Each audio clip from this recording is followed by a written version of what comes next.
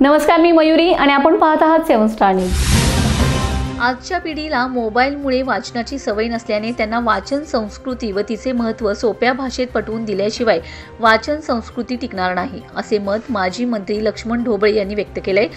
ते कुंडल तालुका पलूस येथे क्रांती अग्रणी वक्तृत्व स्पर्धेच्या उद्घाटनाप्रसंगी बोलत होते।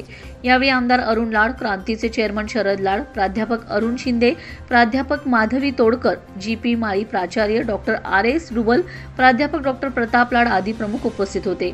माजी मंत्री ढोबळे म्हणाले, वाचन संस्कृती टिकवण्यासाठी वक्तृत्व स्पर्धा महत्त्वाच्या आहेत। एखाद्या विषयाची मांडणी करताना त्याच्या बदलाचा सर्वंकष निकष करून त्याची अभ्यासपूर्ण व प्रभावीपणे मांडणी करून प्रेक्षकांच्या काळजात घुसणे ही काळाची गरज आहे। आज माणसाचे माणूस पण कमी झाले।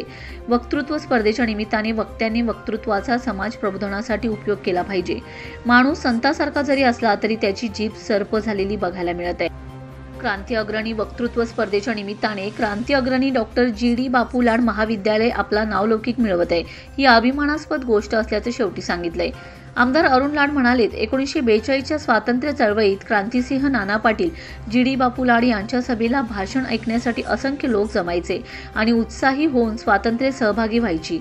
स्वातंत्र्य लढायची व चळवळीची आव्हाने त्यांच्यापुढे असायची। महाराष्ट्रामध्ये मोठमोठे वक्ते होऊन गेले, ते पुढे राजकीय पटलावरही आले। त्यांनी वक्तृत्वातून राजकारण सुद्धा चांगलं केलं। त्यामुळे युवा पिढीने क्रांती अग्रणी राज्यस्तरीय वक्तृत्व स्पर्धेच्या निमित्ताने क्रांती अग्रणी जी.डी. बापू लाड यांचे विचार घेऊन जावे आणि आपल्या वक्तृत्वाचा सामाजिक राजकीय उपयोग करावा। शरद लाड म्हणाले, क्रांती अग्रणी वक्तृत्व स्पर्धा राज्यातील नावाजलेली स्पर्धा आहे। आजकालच्या बदलत्या युगात सगळे पॅरामीटर व मापदंड बदललेले आहेत। कशाला महत्त्व द्यायचे हेच आजकाल कळत नाही। मोठमोठ्या शिक्षण संस्था त्यात अडकलेत। विद्यार्थ्यांना स्पर्धक बनवायचे की चांगला नागरिक बनवायचे हेच त्यांना कळत नाही। अशा परिस्थितीत गोंधळाच्या वातावरणात विद्यार्थ्यांना वैचारिकदृष्ट्या सक्षम बनवलं पाहिजे। कसल्याही राजकीय, सामाजिक, आर्थिक उलाढालीमध्ये न जाता विद्यार्थ्यांनी गावातून बाहेर पडलं पाहिजे आणि तो भारताचा आदर्श नागरिक झाला पाहिजे। हा एकमेव हेतू ठेवून हे महाविद्यालय चाललंय। त्याचाच एक भाग म्हणजे क्रांती अग्रणी राज्यस्तरीय वक्तृत्व स्पर्धा असून या स्पर्धेमध्ये पारदर्शकता ही वक्तृत्व स्पर्धेचा नियम आहे। आज महाराष्ट्राला लोकांच्या समोर काय चांगले काय वाईट मांडणारे नेतृत्व या क्रांती अग्रणी राज्यस्तरीय वक्तृत्व स्पर्धेतून मिळेल असा विश्वास त्यांनी व्यक्त केलाय।